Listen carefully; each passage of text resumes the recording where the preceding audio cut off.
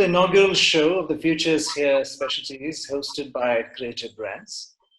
The Futures Here will feature leaders, pattern breakers, and radical thinkers from the creative industry, namely advertising, media, communication, and branding. My name is KG Srinivas, and I'm the Editor-in-Chief of Creative Brands, a portal that covers the global creative industry and economy. And today we have with us JOONO Simon, founder and CEO of the Brave New World, a Bangalore-based full-service integrated advertising agency. Prior to founding the Brave New World, JOONO, who has had an illustrious career, was Chief Creative Officer at Leo Burnett, Sri Lanka. He was Vice President and Senior Creative Director for JWT Chennai, an Executive Director, Creative Director at Ogilvy, and was also Executive Creative Director Mudra South. Like an octopus and stealth like a shark. That is how JOONO describes the work ethos of the Brave New World.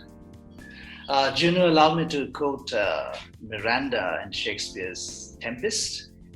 And here we go. Oh, wonder how many godly creatures are here. How beauteous mankind is. Oh, brave new world. There are such people in it. JOONO, it was rather prescient on your part to be giving shape to the Brave New World back in 2015, that's 5 years ago. Yeah. I imagine you saw change. I also imagine you didn't see things changing at the agency at that point of time. And today, to paraphrase W.B. Yeats, everything has changed utterly. And a terrible beauty is born, as we see. At the Brave New World, how are you dealing with the Corona world? I think as we look around, there is an absolute confusion to begin with. No one really has answers. So it's going to be a process where we will actually kind of, there'll be a lot of trial and error as we go along. Because the absolute answers, if we may, call that, to find a solution to what really we're dealing with, won't come by that easily. So what I would say is that it's going to be kind of a combination of trying out different things and see what works, and keeping an eye on the audience and how the behavior changes. So it's going to be a bit of a wait and watch. At the same time, be nimble, kind of look at how you can actually reorient yourself sometimes. There's a saying that when the fishermen are not going to the sea, they spend time repairing the net. For us, unfortunately, we got to be in the sea too, while repair the net. So it's going to be a bit of a combination of things in that sense. The important thing to keep in mind from an agency perspective is that while we are responsible for our own businesses and the agency businesses, we are also responsible for clients' businesses, right? So that kind of adds a lot more, complexity to the thing. So you have to kind of, obviously, being the custodian of the brand, look at their businesses, the client's businesses, and guide them. At the same time, look at your own business and see, do you need to reorient yourself? Do you need to pivot differently? Some agencies are kind of, the models are different. So that sort of a recalibration of thought, right? That sort of a reorientation is going to be the way forward. It will take a little while, in my opinion, for things to settle down. So until then, it's going to be a bit of a trial and error. At the same time, very self-aware of what's going on, keeping an eye in the future. At the same time, also strongly feet on the ground. So yeah, it's going to be a combination of things. So at this point, conversations are important. Yeah. How did you reach out to your clients, and what's the sort of reassurances probably you gave each other, what was the direction they were seeking in the current circumstances? So, like I said earlier, the clients don't have clear answers of their direction. And as always, most client briefs are symptomatic.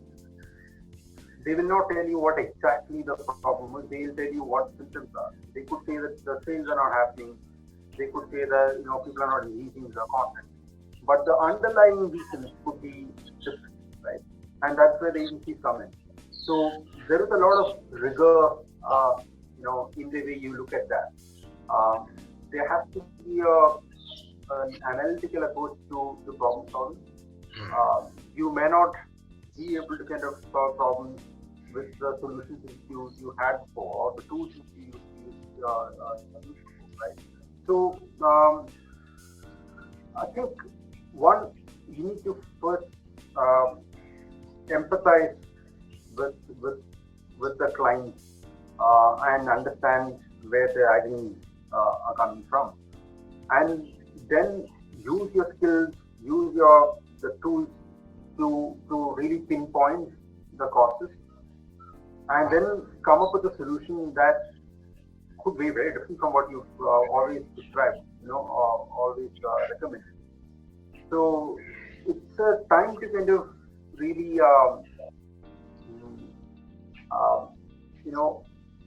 look at things from an analytical point of view, and shed your old habits to a great extent. So from that point, we are a lot more well equipped because Brainy World is integrated, and in that sense, we are very amphibious, so to speak, by birth. We are comfortable, on online, offline, all of that, and there's a great deal of social and digital sensitivity to our work, which means that we are the agency, or we are the kind of agency who could actually kind of come up with solutions in a very omni-channel environment, and we understand that retail in the traditional way is going to be hard, and that's something even the clients have come to understand that the older models don't work, and the retail model that existed in the past may not be the way forward. Right? So I hold your thought there. In fact, you've had your fair share of international honors at Cannes, Wanshu, DND, Effie's, and Spikes. And I was reading how it set you thinking about what was actually being celebrated on the global stage, and therefore, what sort of work ought to come out of India. So to connect to what we are talking just now, what is therefore your philosophy at the Brave New World in terms of work you produce, the kind of work you curate? So we don't have a prescriptive approach to problem solving to begin with. While many say we are media agnostic, most don't really practice because it's a difficult model to practice. When you say we are media agnostic, the primary thing is to have a hybrid creative team, right? Who can produce all kinds of solutions, who can tailor the solution for a particular problem. So our approach has always been media agnostic, interactive driven storytelling. So we don't believe in silos.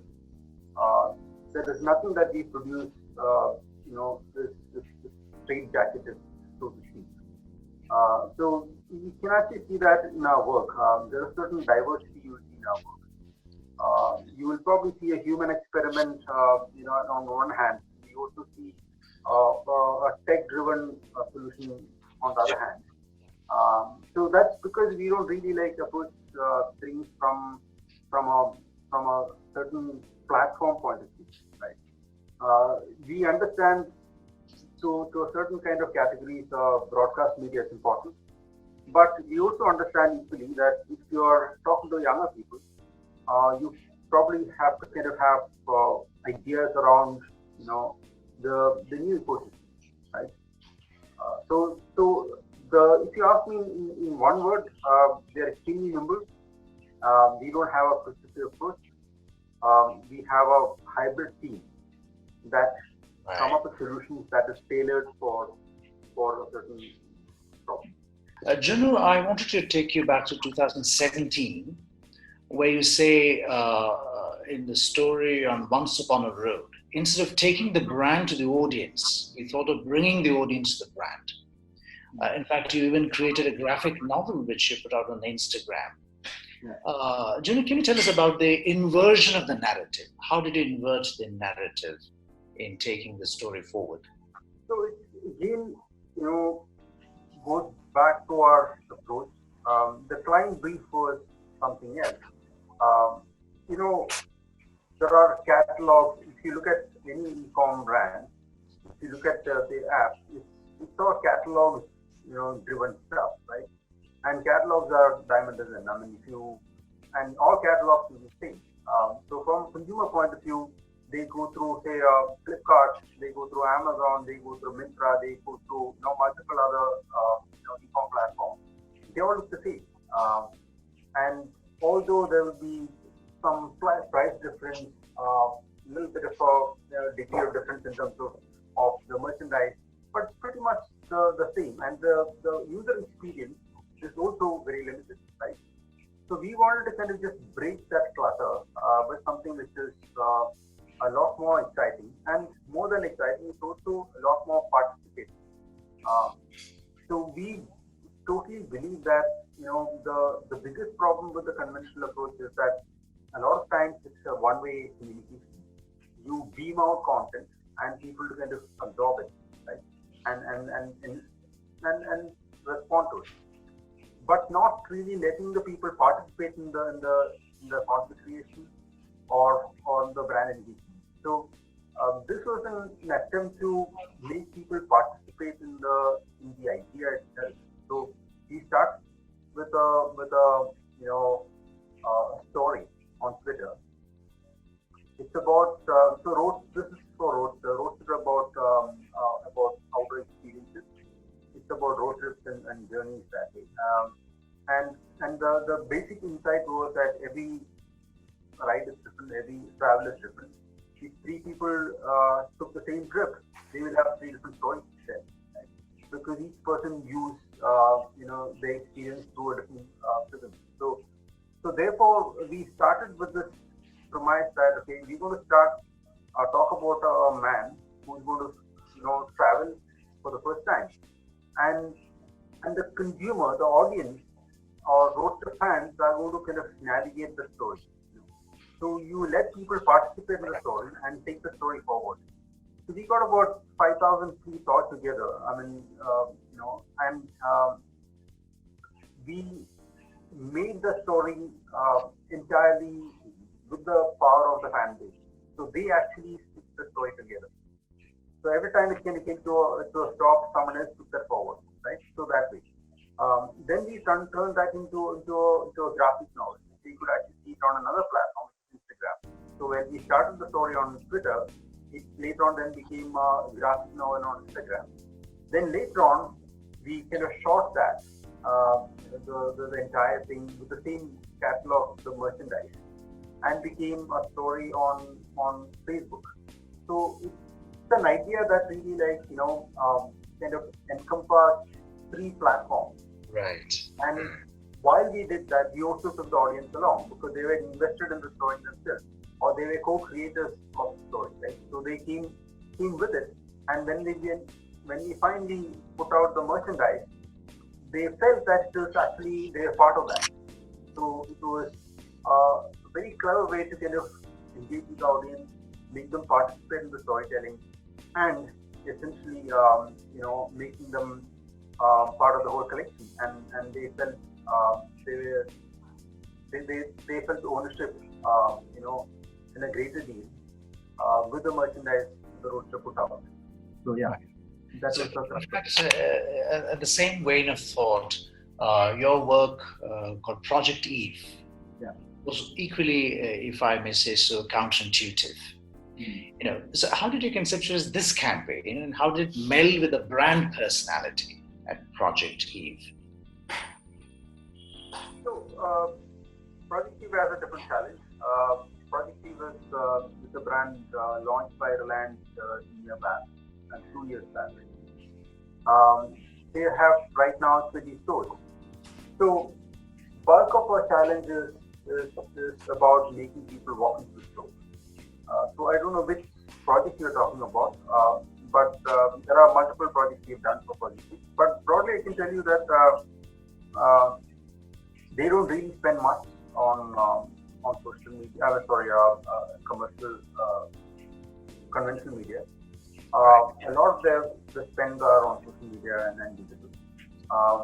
So broadly, I would say we have a very strong data-driven marketing approach, and that would mean that we need to kind of come up with stronger insights based on social media behavior. We need to kind of understand who we are talking to. So the targeting becomes very, very important. So data-driven marketing is probably like the way things are going to go anyway, going forward too. Right? So these are the kind of learnings that would help us, going forward. Because I strongly believe that, when businesses go through a crisis, right? When there are setbacks, most marketing people, become risk-averse. They would kind of probably won't believe in their own gut and hunch like they used to. Even the seasoned marketing guys would actually like to kind of look at something more evidence-based, something that is more data-driven, and their solutions are going to be, or the decisions are going to be based on the data they can see and the data they can actually count on. So it's pretty much like how it happened in, say, medicine, right? I mean, I remember when older days, like if you go to a doctor, they used to kind of look at they used to use a stethoscope as a tool, or their own knowledge about medicine and human body, and then come up with solutions. Right. Come up with diagnostics, right? Now it's completely different. Every single doctor wants a blood test done or some test done. So it's all become very evidence-based. And that happens with any industry when it evolves. So what I'm saying is that, any industry when it evolves, it becomes a lot more data-driven, data-dependent. And that's going to happen to this industry too. So yeah, I mean, I would see that our learnings from the past is going to really help us going forward. Right. Do you see from that perspective, do you see a greater integration of agency and marketing within the agency? Yes, absolutely.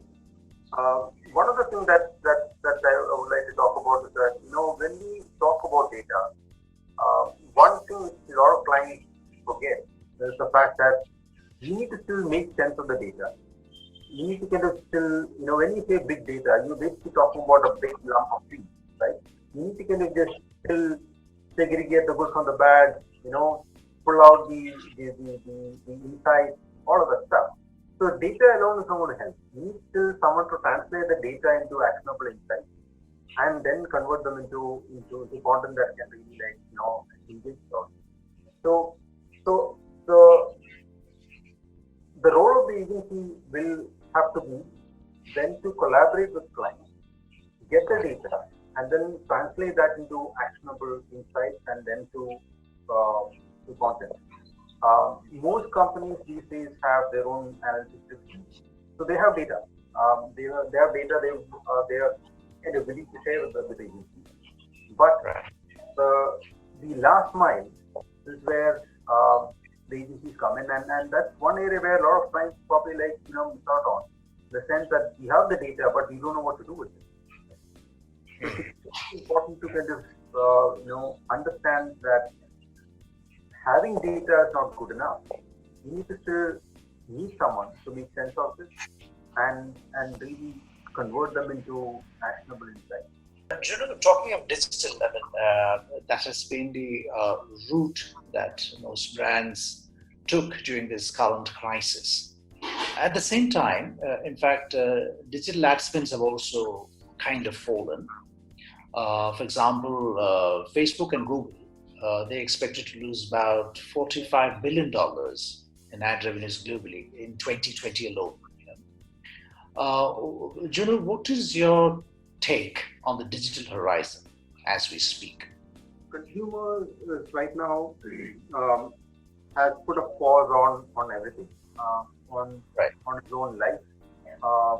So stepping out, buying, experiencing newer things, all that is on a pause, right? So when you're on a pause, when you jam the pause button, there will be obviously a natural fall down of consumption, right? So consumption obviously would impact everything, impact every touch point, every media company, everything, because everything is driven by the consumption economy. So going forward, most of the behavior is going to shift to online. Someone who stepped out to shop probably would consider, shopping online.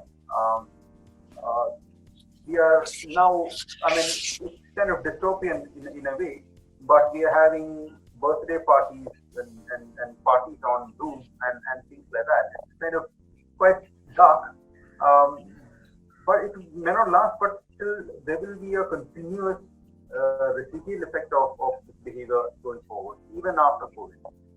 So the platform of choice or the medium of choice is going to be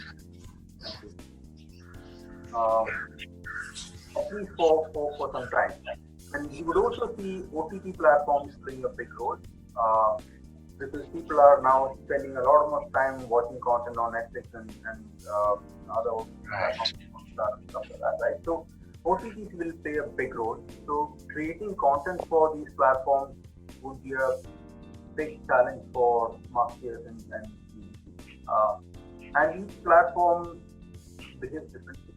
The consumer motivations are different. How one is on, say a Netflix, it will be very different from how one is on, say, Instagram, or how one is on TikTok is very different from, say, Twitter. So these are the challenges the marketing companies that deal with.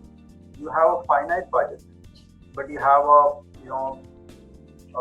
multiple fragmented media choice and expectations. So how do you really straddle that? You have a finite budget, but the media platforms or the touch points are multiple. How do you really choose which one is more relevant to you? So all of that thing has to happen with closely understanding your audience, who you're talking to, and what are the key motives. One final question to Juno. So at the Brave New World, given the circumstances, what were some of those, if I may call it, brave decisions that you have taken and look through the crystal ball? I would say that when I started 2015, I had a choice to make, either to be a mini model of a large model, which is the network agency model, like a mini Ogilvy or a mini JW, which is the boutique model of a larger model, or look at a new model in itself. So for me, the challenge then was, and if I looked around and see what is more successful, I would have been, kind of misled by the signals that is around, because you always seen conventional agencies doing well as against the digital edition. Right? I mean, Right. the empire is built on that model. I mean, the WPP and on com. There are many uh, giant success stories and examples there. So for me to kind of take that bet on the future and how the consumer is going to behave in the future was a I won't say a gamble, but it was a call that I took consciously. Uh, yes, I did look around and I saw signs of consumer behavior shifting. Um, but it is still a call to start a company with a digital social centricity. So it's still a call. Yes, I would say that. Uh, in that sense, I would say although everyone is looking at the present scenario in a negative way, I would say that you know like they say, I mean, the night is the darkest before the dawn. There will be innovations coming through. People will be forced to innovate. People will be forced to come up with new solutions. And post-COVID, you will see a lot of bright sparks and newer ideas that would actually be, a lot more powerful to move things forward. Thank you, John. Thank you for all those insights. Thank you for your time.